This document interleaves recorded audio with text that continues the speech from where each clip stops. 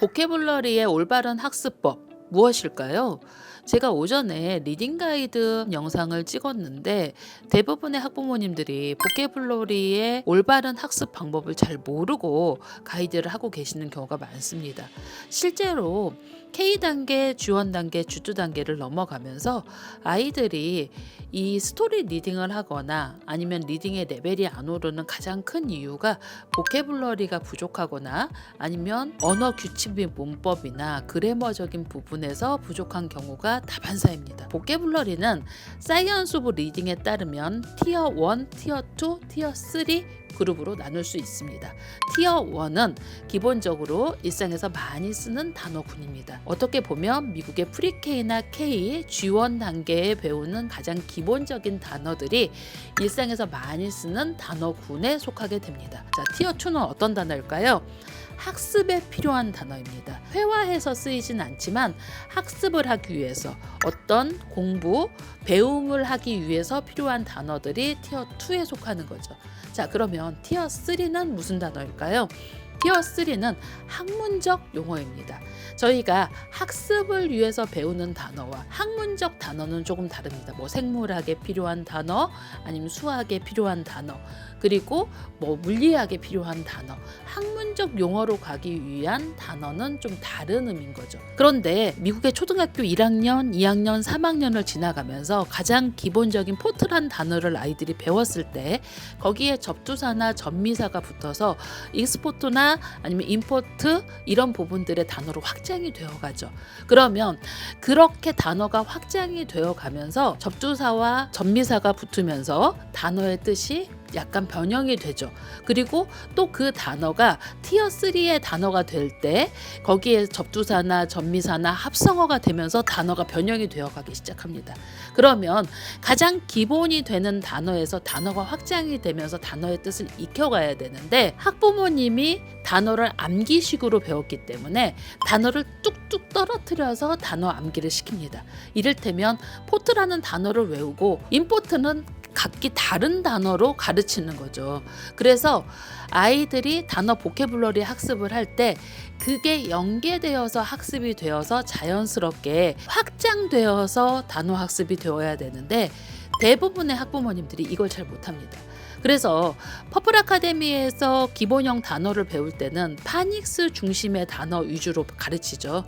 이때 파닉스 중심의 단어를 가르칠 때 그 단어를 정확하게 읽을 수 있는 능력을 키우면서 그 단어의 이미지를 보면서 단어 뜻을 정확히 유추할 수 있고, 만약에 유추를 못한다고 하면 이때 힌트를 주거나 아니면 내용을 알려주면서 이 단어 뜻을 명시적으로 정확하게 알려줘야 되는 거죠. 그리고 두 번째로 갔을 때 이제 이 단어에서 접두사나 접미사가 붙으면서 단어가 확장되면서 가르칠 때도 이 단어군이 이렇게 변경이 된다라는 예시를 들면서 알려줘야 되는 겁니다.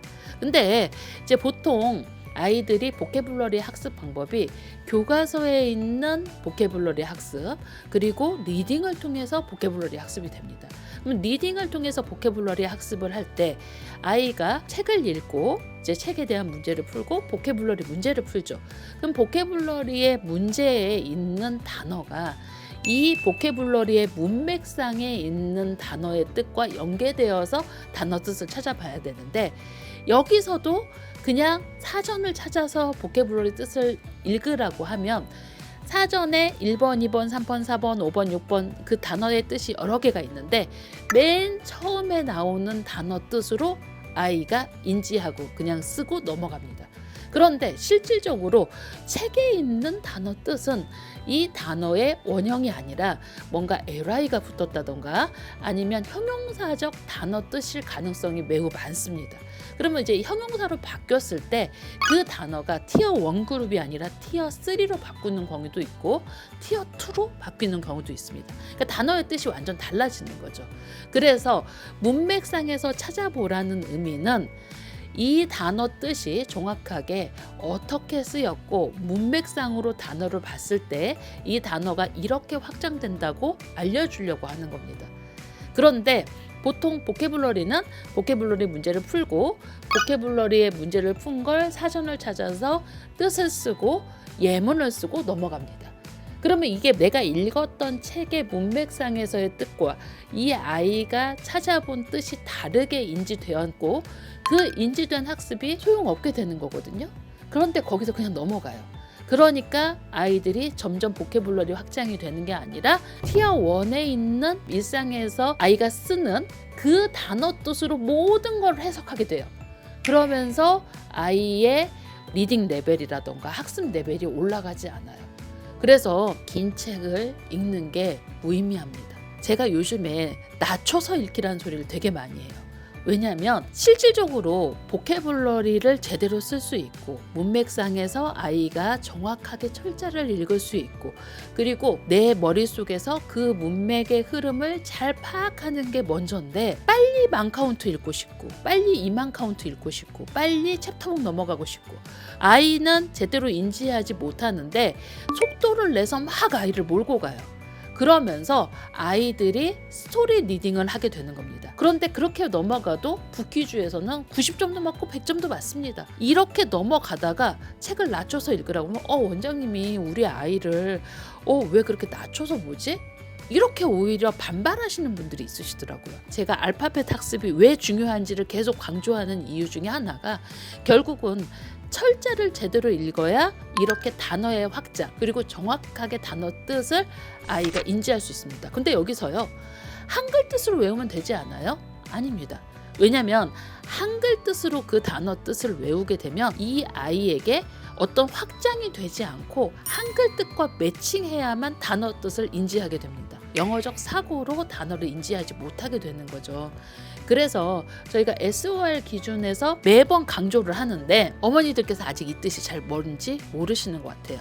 그래서 이 부분에 대해서는 앞으로 영상을 통해서 라이브 방송을 통해서 여러 번 여러분께 설명을 해드릴 테니 한 번, 두 번 보시면 충분히 보케블러리의 바른 학습 방법으로 가실 수 있다고 생각합니다.